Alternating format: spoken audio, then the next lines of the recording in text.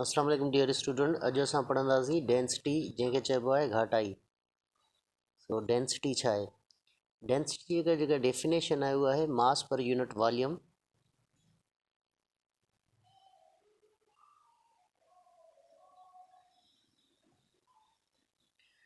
मास per unit volume त हिकिड़े unit volume में केतिरो मास अची सघे थो।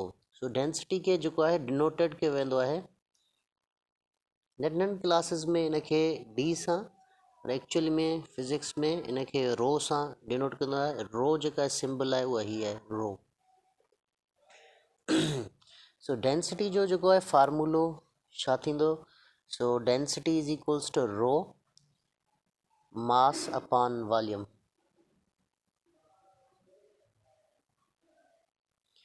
पोइ हिन जा यूनिट छा थींदा? This is the formula for the density. Unit जेके आहिनि फार्मूले मां ई अखज़ कया वेंदा आहिनि। सो रो इज इक्वल्स टू मास खे जेको असांजे एसआई यूनिट आहे मास जो kilogram,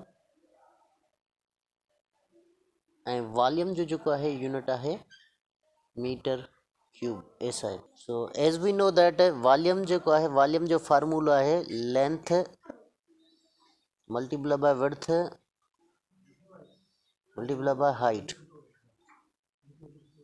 so V is equals to length जेको आहे मीटर में मेजर कई वेंदी आहे, विड्थ बि मीटर में ऐं हाइट बि मीटर में, त यूनिट थी वियो मीटर क्यूब। वॉल्यूम जो जेको आहे यूनिट आहे मीटर क्यूब। हाणे अक्सर हिन ते जेके एमसीक्यूज़ ईंदा आहिनि उहे हिन तरह सां ईंदा आहिनि त why ice float over the surface of water.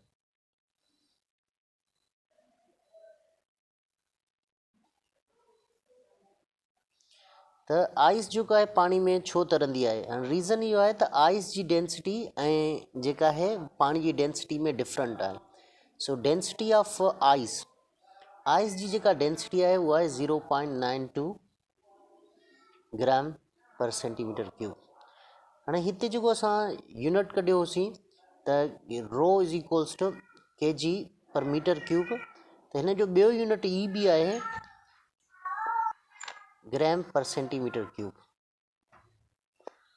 अच्छा, त आइस जी जेका आहे डेंसिटी आहे 0.92 ग्राम पर सेंटीमीटर क्यूब। पाणी जी डेंसिटी आहे 1 ग्राम पर सेंटीमीटर क्यूब। हाणे इहो आहे त जॾहिं जी डेंसिटी घटि हूंदी उहो ऑब्जेक्ट फ्लोट कंदो। सो हिननि ॿिनि मां आइस जी जेका density is lower than the density of water, that is why ice float over the surface of water. त पाणी खां बर्फ़ जी जेका आहे घटाई घटि आहे, इन जे करे जेका आहे बर्फ़ जेका आहे पाणी जे मथां तरंदी आहे। फॉर एग्ज़ाम्पल असां वटि हिकिड़ी टैंक आहे, उन टैंक जो जेको वॉल्यूम आहे उहो आहे 27 मीटर क्यूब। मिसाल ही लेंथ बि उनजी 3 मीटर आहे, हाइट बि 3 मीटर आहे, विड्थ बि 3 मीटर आहे। हाणे असां चऊं त हिकिड़ो टैंक ठाहियो, उन में ही जेको आहे पाणी जो जेको आहे वॉल्यूम केतिरो ईंदो, मास अमाउंट ऑफ वाटर केतिरो ईंदो हिन टैंक में। सो लेंथ विड्थ हाइट असांखे ख़बर आहे, त वॉल्यूम थी वेंदो हिन जो 27 मीटर क्यूब। पाणी हिन में विझणो छा आहे? असांखे पाणी रखिणो आहे हिन टैंक में। ही टैंक आहे। डेंसिटी ऑफ वाटर असांखे ख़बर आहे। डेंसिटी ऑफ वाटर जेका आहे ही ग्राम में आहे, पर हिन जी जॾहिं के जी में कंदासीं त 1000 kg पर मीटर क्यूब आहे density of water in SI unit. पोइ डेंसिटी रो पाणी हिन में असांखे फिल करिणो आहे टैंक में, डेंसिटी आहे 1000 kg पर metre cube.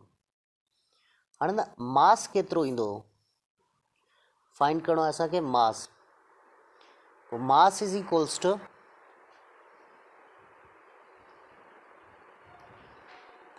Volume multiply by density. Simple में ही कैलकुलेशन असांखे मिलंदी। वॉल्यूम असांखे मिलियल आहे 27 कैलकुलेट कयोसीं मीटर क्यूब, डेंसिटी आहे 1000 kg पर मीटर क्यूब। हाणे ही मीटर क्यूब सां कैंसिल थी वेंदो, त सिंपल में जेका असांखे रिज़ल्ट ईंदो उहो मास हिन टैंक में घणो हूंदो पाणी जो, उहो हूंदो 27,000 kg। Thank U.